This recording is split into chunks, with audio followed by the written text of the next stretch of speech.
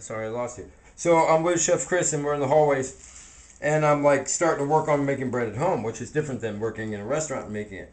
So, and I'm like, why am I not getting the proper yield out of it? And says, well, maybe you're not proofing enough, or you don't have.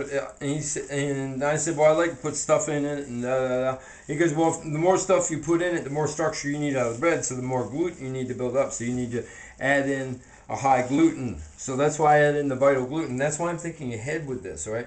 So we're gonna take the wheat berries, and we're gonna try this. This is new. We'll try this and put them directly right on top there. Except for that little black one, I'm gonna get that one out. All right, and then we're gonna add the brown sugar later. Okay, and I'm actually gonna put a little water right on top of those wheat berries, and then mix them in. I want this kind of be soupy. Okay, I don't want it to be thick. I want it to be kind of soupy, soupy, right? And so what I'm going to do is also I'm going to leave it on the counter and let it cook for just a little while, okay? And then I'm going to put it in the refrigerator, which is going to stall it down. So what happens is the next time I want to make a bread tomorrow, right, I take it out of the refrigerator, or I let it sit for a half hour. So I plan these things ahead, you know what I mean? Yeah, it takes time being at home, but within an hour from starting, I can have a loaf of bread or pizza. Well, that's almost as fast as calling for it. And mine is way better, and I put more stuff in it. So that's, I mean, if you ordered that at the shop, it would take longer to get all those. You say, look, I want Parmesan in the crust, I want this in the crust, and that in the crust, and the sourdough crust. They'd be like, what are you talking about? This is Domino's. This is Papa John's, man. We ain't got that. You know, with Papa John, he had things to, what you say, boy? You over there. You going over there asleep all day. Boy, what you talking about? You ain't asleep. I know how I everything done going on. Hold up, let me go get him.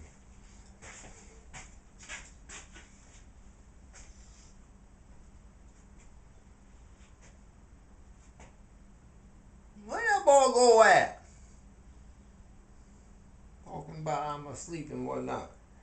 How did I get this here fork in my hand? We making the sourdough over there. I know what we doing in here. You don't want to tell Papa John he'll sleep. He ain't sleep none at all, man. I was having a dream, though. I was having a dream. Oh, Lord, I was having a dream.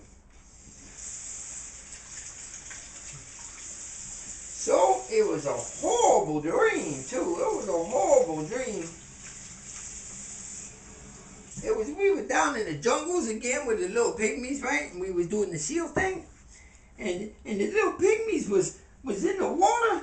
And all the crocodiles came down in the water, and it was grabbing the little pygmies. And it was like the little black bobbers was going up and down. And I was so scared. But them pygmies are some Brazilian people. They done did a Tarzan from the inside. Yeah, with the knife and everything, and the Tarzan from the inside of a crocodile. It took like 30 or 40 of them because they was little people, and this crocodile was mighty big. So the men, once one got swallowed, the next fella be like, "Hey, Mr. Crocodile, hey, Mr. Crocodile," and Mr. Crocodile be like, and he just jumped right in there, thump. And I just start seeing him, thump, thump, thump, thump, thump, thump, thump. All these little pygmies in my dream. And I'm like, oh, Lord. Oh, I start to hear the ticking and the clock and the ticking and the talking and the ticking and the talking and the clock and the crocodile's coming. And I'm like, oh, click my heels, take me away. But no, Lord. And then I woke up and I was back in my camp. This dream happened a long time ago, but some of them is just a recurring dream. That's a recurring dream right there. The crocodile done eat all my little pygmy people up. I don't understand what that dream about. I thought I'd go down and talk to like the Mr. Professor about my dream, right? And I got down to Mr. Professor, right? He got the leather chair and he got books. He got a whole lot of books, at least at least more than 10. I saw a whole wall of them, and I stopped counting at 10. But anyway, he got some books, and he started telling me on things, and he's like, they ain't no super soldier pygmy people. You done made it all up. And I'm like, nah, I'm a secret agent, man. I can't be telling them none of that stuff. You know, but I gotta talk to somebody about this stuff. You know, I'm having this dream, you know, and I tell them about the dream, right? But I can't tell them about, you know, I can't even tell them about Oprah and you know, and Eddie Murphy with the purple pygmies. I can't tell them none of that stuff, you know. I can only tell you people because y'all don't know where I is at. Because when I be at Chef John's house, I be like incognito. You know what I mean, brother? Be out of here. I be like, oh, where the brother go at? Yeah, look out. Where's he going now? Oh, sucker. Yeah. So, you know, but I'll be telling him in dream. I mean, like, you know, and I don't want to go and tell him about all the stories with me and Papa Murphy and the donkey and all the Nazis in the alley and the dog with the trick, and you know, and how they done eat the elephant and how they done get themselves the whale, and you know, all the things that the little fine pygmy people did. And the way they got the, you know, where they're floating up in the air after Eddie Murphy come out and he had his trick. And he had that little apple with the trick. And then the rhino had his own trick. It was a purple people and pygmy people everywhere. But nobody believed nothing like that. But Oprah got the pictures. You call her up. She'll write her on Facebook page. Say, Oprah, you got them pictures of them purple pygmies that you was taking out when you was on safari with Papa John back in the day? When Eddie Murphy showed up? Yeah. Yeah, she'll tell you. She'd be like, at first, she'd be like, I do not know what you're talking about. She's like, you talking crazy. I don't know what. The purple pygmy. Ain't no such thing. That's what they all say. They say, there ain't no such thing as a purple pygmy. They know. All these super people, all them rich people, they know. You know why? Because the purple pygmy has got the greatest kingdom ever. And you know why? Because you get three times as much as everything when you go there because it's so small. You know what I mean? You get like 3 beds, you know, and you get like 3 plates of dinner. Oh man, it's so special. You know what I mean? And if you dance with the 3 ladies, you stack them up and you dance with them, and you know, like, hey. But the pygmy people, some fine people, and they got the nicest place, and you know, they got buds as big as their head. Did I say that aloud? They've got things as big as their head, or melons and things that is good to eat. And then they've got other things on the plate. And every time you get something, you get 3 of them. So if you got one, you know, big old nug or something, then you get 3 of them. You know what I mean? I'm going to put this here back in the oven. And what we doing was making the sponge. Just add all the stuff up in there, mix it up so it's nice and soft and goopy. You know what I mean? I was done telling this thing, you know, the doctor this. And you know, he tried to represent that the crocodile was, you know, a manifestation of my fears, and that I want to kill my father. Well, I really don't understand that at all. Kind of looked at him funny, like, why he want to kill my father? Why would that even kind of pop into your head, you know? Where was that coming from him? So, you know, that was about last time I done seen that doctor no more, because I didn't think he was quite right in the head, you know. I done seen some things in my day, you know what I mean? I done told him a little bit, and he said something stupid don't make no sense at all, you know what I mean? I don't think them doctors know as much as they think they knows. You know, they be asking you questions about, like, rate your pain on a level from 1 to 10. And that's the question they ask you. That's the one. It's the one on the paper. I done seen it. I done looked over it. I can read upside down. Right? That's the secret agent trick. And you done read it. And it says, ask them, you know, pain 1 through 10. So I done said, oh, it's about a 7 or 9. And she said, you can't say 7 and 9. I said, why not? And she said, well, you see, you can only say the odd numbers. And I'm like, you didn't say that in the beginning. You said, tell me what your pain is on a number from 1 to 10. That means 1, 2, 3, 4, 5, 6, 7, 8, 9, 10-piece health. You don't suddenly cut out half the numbers because you don't want them no more. You can't tell somebody that you get to choose from. Why don't you just say 1 through 5, man? Why don't you say choose 1 through 5? I don't understand what you're trying to play with people, man. Trying to play with their heads and all. That don't make no sense. You're trying to play some games up in here. I've been watching you. You've been playing games on old Chef Don, too. But he's smarter than you is.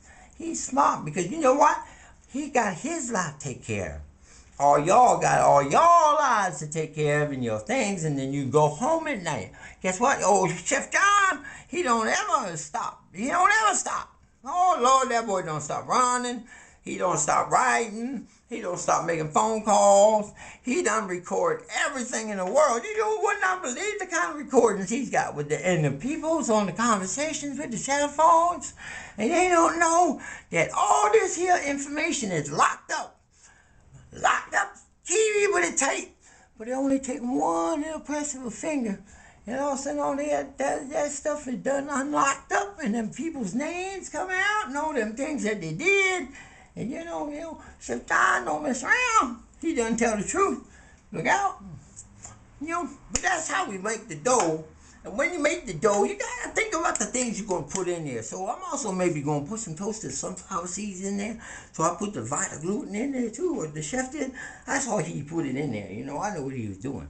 So you gotta mix it just right, And then the next day, you gotta decide how much flour you want to put in it, how much bread flour, how much things you want to put in it, how much brown sugar you want to put in it. Because every time you put something in there, you gotta be a little stronger, you gotta have it rise a little bit more, I'm just trying to do that single rise thing, these proof that I sure done show you. Yeah, well, now, Lord, I done need a glass of water or something. I was like, oh, damn, fool like that, like I was out in the desert again. All of a sudden, I'm like, I've been walking for days without no water. I done walked for 16 days with like 8 pygmies on my back, all tied in with bungee cords. Because they got tired and their little feet were burning. I felt so bad for them, so I bungeed them to my back and we were walking through the desert. That's another story. I had a big old sombrero too, so we was all in the shade. All right. Well, there's Chef John, and on Chef John the Ghetto Gourmet show, old Papa John come on, talk a little bit. And I see he done made one of my pizzas, so that boy's getting brought. Go with that pizza. Look what this boy did. This is what he does with that bread. He makes some pizza like that, and look at the way it baked all the way through. And he make it special. He put like a layer in there, and then he put the cheese in. Then he put the pepperoni in, and the cheese and the Parmesan. But he does it just right, so the bread cook on the bottom, and you get the sauce and the cheese and all this sauce goes so good. And then you get a nice bread. Look at that. It just tear apart, nice and soft. Yeah, he got the going on. Man, he got them running over his house trying to get all his recipes. I done seen him. Trying to get my recipes. I know. Yeah, man. But see, it's like this. As fast as I can make a pizza, and the new one is as quick as you can try to steal it. Because you can't steal them as fast as I can make them up. Same as songs. When Papa John starts singing, or Chef John starts singing, he done sung so many songs, he done forgot at least 500 to 1,000, but he done remembered the other 500 to 1,000 too. Remember that? All right, y'all now. Then Papa John gonna tell the story. Wow, banana gun. Wow, banana gun. I'm gonna write that shit on there. Put banana gun. Whoop that on the motherfucker. I want you rob a bank. You write, this is a gun, and this is a robbery on your banana, and point it at the lady like that. I wonder if they'll shoot you. They would shoot me. I get a white guy to do it. All right, this Chef John Ghetto Gourmet show, and this Papa John sign off. Peace, y'all. Yeah, and victory, and all them good things, and the good snacks in life, and just good old grand time in America. Damn, I'm proud sometimes.